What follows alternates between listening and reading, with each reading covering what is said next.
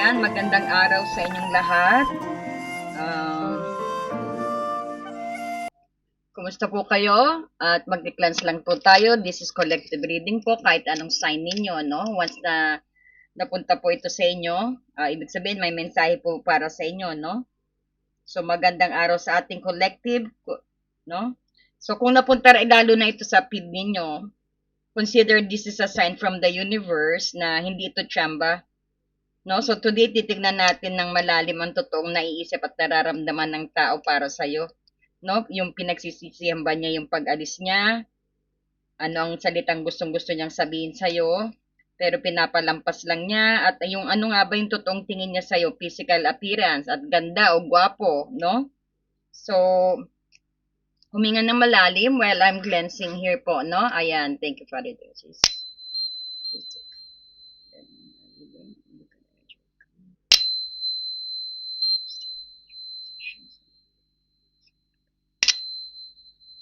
Clear from space and protecting from mga viewers.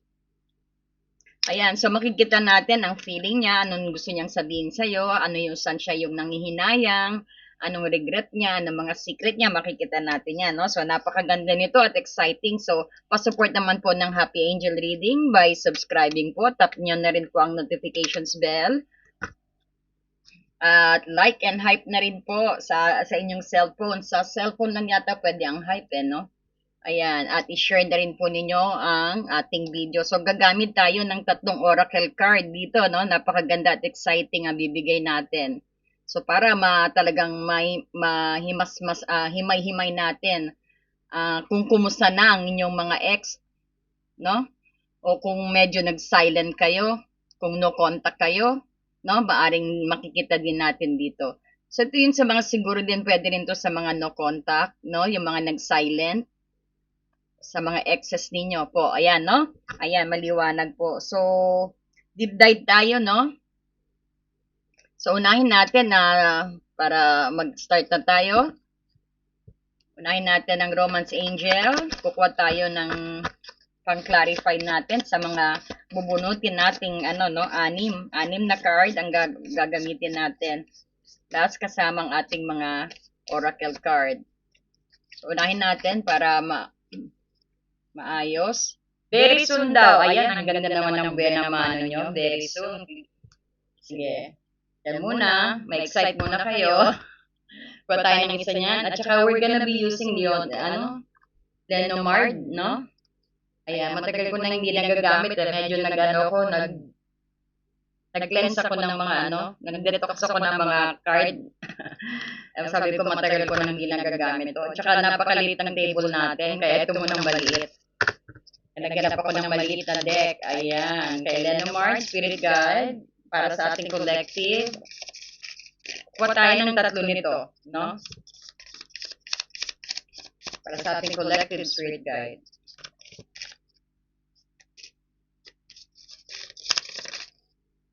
Tatlo na nga bumagsak. 32, 11, 30. Ayan, makikita na. Isasabi ko pa meaning niya mamaya-maya, no? Lagay natin dyan, kung nakikita nyo.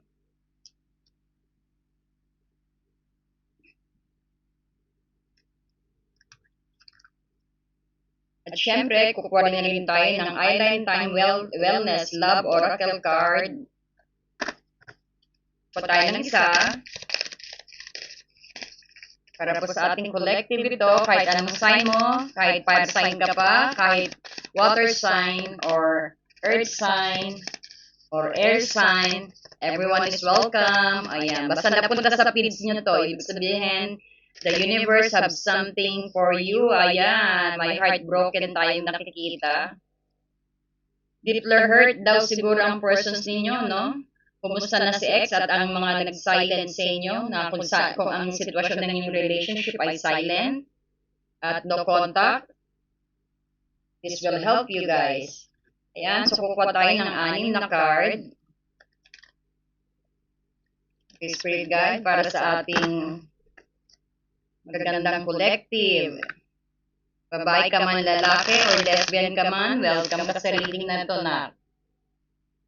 Para po ito sa ating collective. Habang nag-aantay kayo, palike-like naman dyan. Napanood nyo na po ba yung Karma is Real? Iba't ibang sign, no? Tsaka may pick-up card po tayong ginawa niyan eh. Napakaganda. Talagang mahihil kayo, no? Gagana ang inyong pakiramdam kapag napanood nyo na yan. Meron na lumalabas na Knight of Swords. Okay, let's get 6. So, sa card 1 and 2, kukuha tayo ng kung anong what he misses at saka kung anong regret ng persons ninyo na nag-silent at ano sa inyo, no? Nag-silent at nag-no contact at saka sa inyong ex din, no? Tingnan natin. Kuha tayo ng dalawa. Oh, lumabas na. Nag-wait lang ng timing siya eh. Oh. It's just waiting for the timing eh. Isa pa po. Uy, tumatalon si Eight of Swords. Tumatalon si Eight of Swords. Ang grupo naman nito ay ang unspoken words and hidden intention. Ang kanyang, sabihin natin, confessions. Ayan, dalawa na bumagsak. May Eight of Cups tayo. At ang Five of Wands.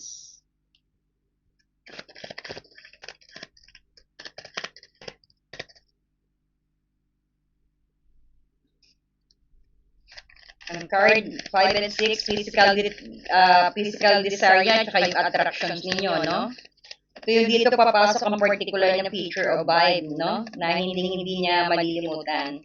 Pwede ang ngiti mo, mga mata mo, o overall style ng presence mo.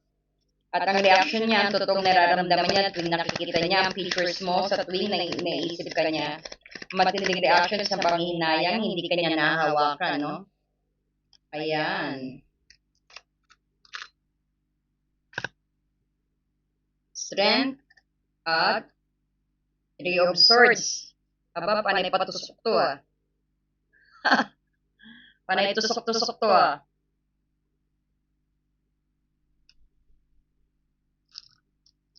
So dito ng very soon, nakikita nyo naman, dito ang Lenormand. Kunin natin ang Lenormand dyan. At ang ating isang oracle. Tingnan din natin yan. Heartbroken. Sino kayang collective ang heartbroken?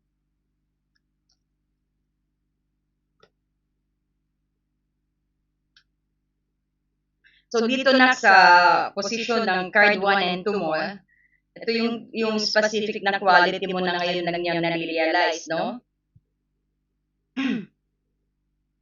Saka yung nawala sa iba. Halimbawa, yung genuine care niya o patience at confidence din. No? Sa pangalawang card dito natin makikita yung current mindset niya kung paano siya naapektuhan ng pagsisisi na to araw-araw. Dito lalabas yung naiisip ka ba niya bago matulog o kung nanghihinayang siya o kung ano yung pwede sana niyang gawin. No? And then dito yung unspoken word, ito yung sabihin natin ng eksaktong mensahe niya at gustong-gusto niyang i-text o sabihin sa'yo na harapan, no? Andito rin yung the black and silent. Ang dahilan kung bakit hindi pa niya may pagtapat ito. Pwedeng pride, takot, o rejections, pwede yan, no? And then dito, ang mga physical mo nga, kung ano yung particular na features o vibe mo na hindi niya malilimutan. Pwedeng ang ngiti mo, ang mga mata mo, or overall style, no? Ayan. And then dito, yung totoo niyang nararamdaman. Ayan, kuha niya na, no? Exciting, di ba? Palakpak na mga balay naman dyan. Ayan.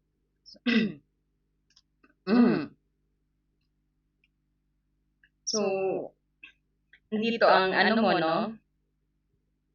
Ang Three of Wands at ang regret, no? Ang Eight of Swords. So, parang may matinding pagnanais na bumalik at makipag-communicate pero naharap pa rin siya sa sariling pag-alinlangan. Takot sa gulo at kailangang kayanin ang sakit ng nakaraan. Kasi kung anong namimiss niya sa'yo dito, Three of Wands and Eight of Swords, ito yung sabihin nating ang Three of Wands, parang ito yung nakatanaw siya sa malayo at naghihintay ng tamang pagkakataon para gumawa ng hakbang, no? Pabalik sa'yo. Baga pinagsisisihan niya. Pinagsisisihan niya rito yung mga nagawa niya, yung hinayaan niyang lumayo ang distansya ninyong dalawa dito sa 3 of Wands. No? And then, ang 8 of Swords naman, feeling trap siya sa sarili niyang isip. So, ang dahilan kung bakit hindi pa siya nakakagalaw ay hindi dahil sa ayaw niya, kundi dahil feeling niya ay nakatali ang mga kamay niya sa sarili niyang takot or overthinking.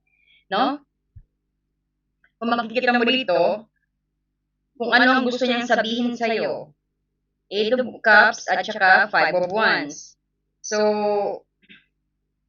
ang 8 of Cups dito, ang gusto niyang sabihin, gusto niyang aminin ang pag-alis niya noon ay hindi dahil hindi kanya mahal, kundi dahil kailangan niyang talikuran ng gulo o hindi maayos na sitwasyon dito.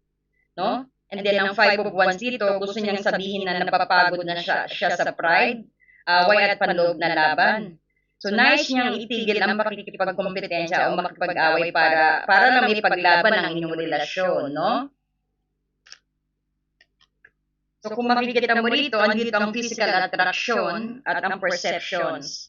So, andito ang strength at 3 of Swords. So, ang strength, sobra na aakit siya sa lakas ng loob at ganda mo. No? Para sa kanya, may grace at control ka na nakakapagpaamo sa kanya tuwing nakikita ka niya. Wow naman. At saka yung masakit para sa kanya rin yung 3 of Swords dito na tignan ka ngayon dahil nare-realize niya na ang kagandahan at aura mo ay hindi na sa kanya nagdudulot ng matinding kirot at panghihinayang sa dibdib, no?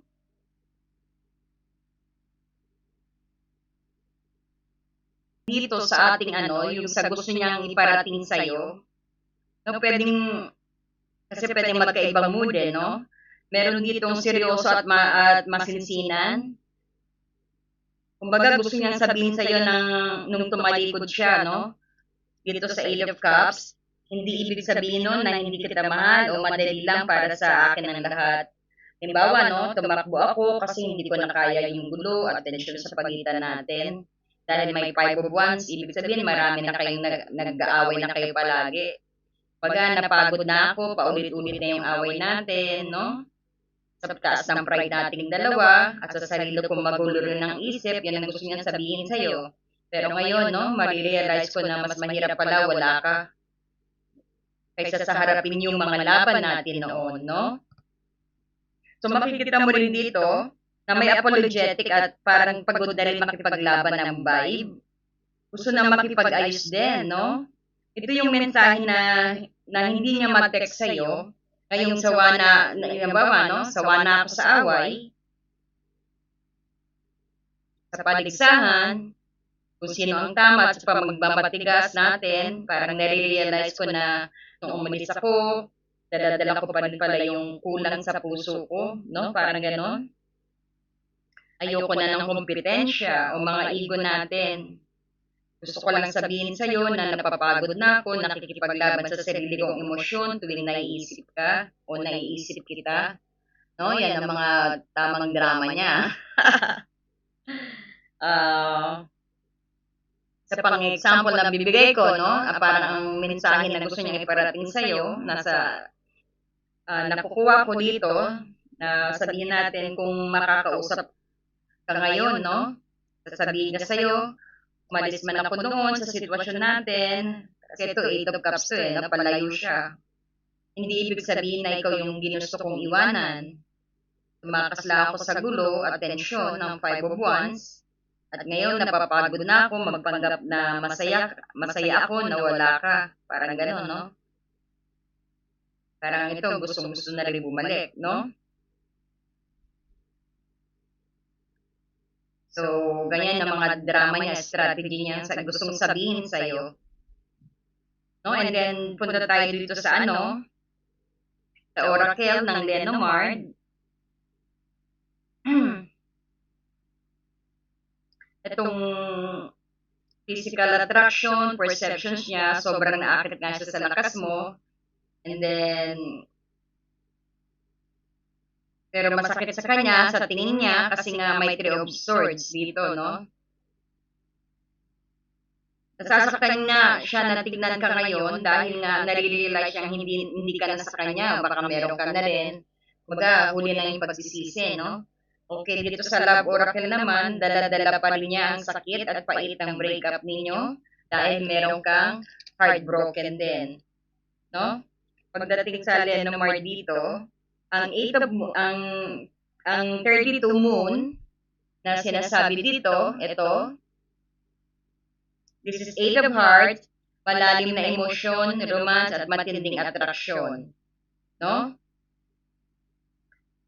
Ito rin yung sinasabing pagtatapos ng away at tensions din at internal struggle sa 11 Jack clubs, no? Pagkatapos ng away ninyo at mga internal struggle.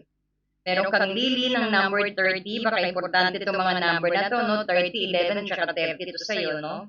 Pag ang lili lumabas dito, King of Spade, ito yung mature energy na magdadala ng kapayapaan at katapatan, no?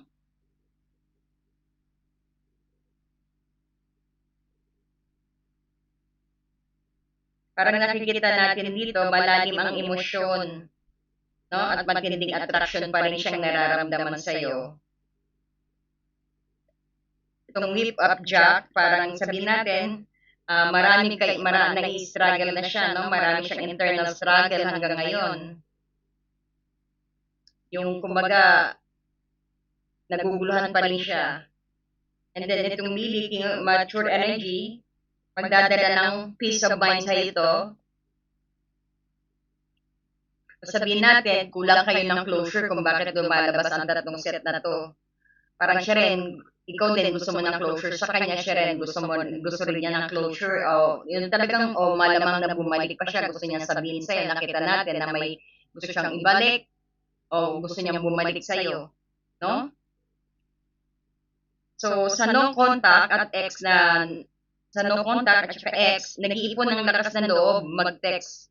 Kasi very soon, no, makaka-receive kayo. Sa mga no contact, sa mga very soon, swerte yung mga nakadating dito, pag nakita mo talaga ito, no, ibig sabihin, ang no contact na persons mo at ang ex mo, maaaring makipag-communicate sa'yo sa madaling panahon because we have here very soon. Tahimik man dahil sa overthinking din ng 8 of Swords dito, parang nakikita natin dito, secretly heartbroken siya, no? Sa tuwing nakikita mga bagong picture mo, nakikita niya lalo pag nagugulo ka, na nakamove on ka na. Sobrang sakit ng nararamdaman ng iba naman, baka nakita na masaya na kayo, na may pamilya na kayo, meron na rin kayong iba. Masakit na masakit ang nararamdaman niya. Hanggang ngayon, no? Kasi nga, may whip pa rito, talaga may internal struggle siya rito, no? Sa whip, at saka itong hidden mystery ng moon. Number 32 sa Lenormand. Andiyan yung on and off na relationship na sitwasyon naman, pagod na sa away at pride, kumbaga nare-realize niya ang softness mo. Kumbaga ang softness mo lang ang makakapagpakalma sa kanya. Kaya handa siyang magbago very soon din, no? Sa mga on and off relationship. So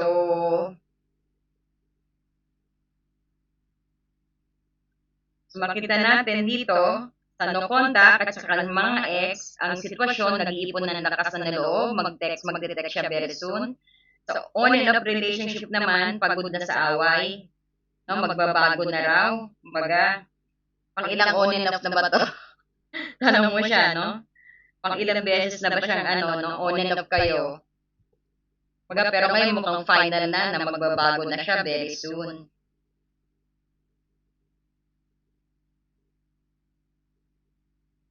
So kung tutusin, ang pinagsisisihan niya ay yung hinayaan niyang lumayo ang distansya ninyo. So araw-araw siyang nakatanaw sa malayo, nag-aabang at naghihintay kung kailan ang tamang oras para gumawa at mag-move pabalik sa'yo. Pero ang sakit sa kanya, feeling trap siya sa sarili niyang utak, gusto kanyang i-message pero naiipit siya sa sarili niya. O sabihin natin, naiipit siya na baka i-reject mo siya, kaya nag-overthinking din siya. Pero nasa malayo man siya, nakikita mo dito, tinitignan ka mula sa malayo, sobrang pinagsisisihan niya yung pinabayaan kanyang mawala. Nakatali ang mga kamay niya dito. Ang mga kamay niya sa sarili niya, overthinking, self-sabotage to. Gusto niyang lumapit pero natatakot sa sariling bayad na pagkakamali niya. Takot din magkompronta dahil alam niya may kasalanan siya. So, sa pagdating sa physical attraction, pagdating dito, hindi niya may pagkailang matinding attraction pa rin. Para sa kanya, kumbaga, magkakaiba kang karisma, may kakaiba kang karisma sa iba. At ganda, at softness na makakapagpaamo sa kanya dahil may strength dito. So, you hold so much power over him actually. Pero tuwing titignan niya ang bago mong larawan, may kasamang matinding kirot sa dibdib niya. No? Dahil may 3 of swords dito. Kasi marirealize niya na ang ganda at aura mong natatangi, hindi niya makikita kahit saan. Sabihin natin, hindi niya nakita sa ipinagpalit sa'yo. Tapos ayun, siguro baka hiwalay na, baka ito rin ibig sabihin, nag-walk away na siya sa toxic na relationship na yan. No? Pero yung urge niyang bumalik dito, naghahantay. So, iba may plano talaga siyang bumalik din sa'yo. He's just waiting for the right timing, nagko-compose, nagkumukuha ng lakas ng loob. Kasi dito ngayon, no, parang pilit niyang inaayos ang Eight of Swords, no? Parang nagre-ready siya para tanggalin ang naka-blindfold niya. Very soon, matatanggal yan, no? Sobrang magnetic at ang ganda ng presence mo para sa kanya actually, no? Napapaamo mo siya kahit malayo ka. Pero masakit sa kanya tuwing nakikita ka niya, no? Dahil lang kung may nakikita siya mga picture mo. Ayan. So, kung nag-resonate sa iyo ang reading na to, huwag mong kalimutan i-like at mag-comment i-claim the energy at mag-subscribe at sa Happy Angel Reading para laging updated sa ating susunod na guidance. So, tandaan, guidance lamang ito mula sa universe. Nasa iyo pa rin ang free will at kapangyarihan na piliin ang peace of mind mo. No? Maraming salamat and send you all love and light like and hype po at pa-share ang ating video. Ayan, maraming salamat. So, I do also private reading, one-on-one reading, no? Voice message reading, may promo po kami para sa inyong next month. Pwede natin gawin in advance yan, no? Maraming salamat and God bless you.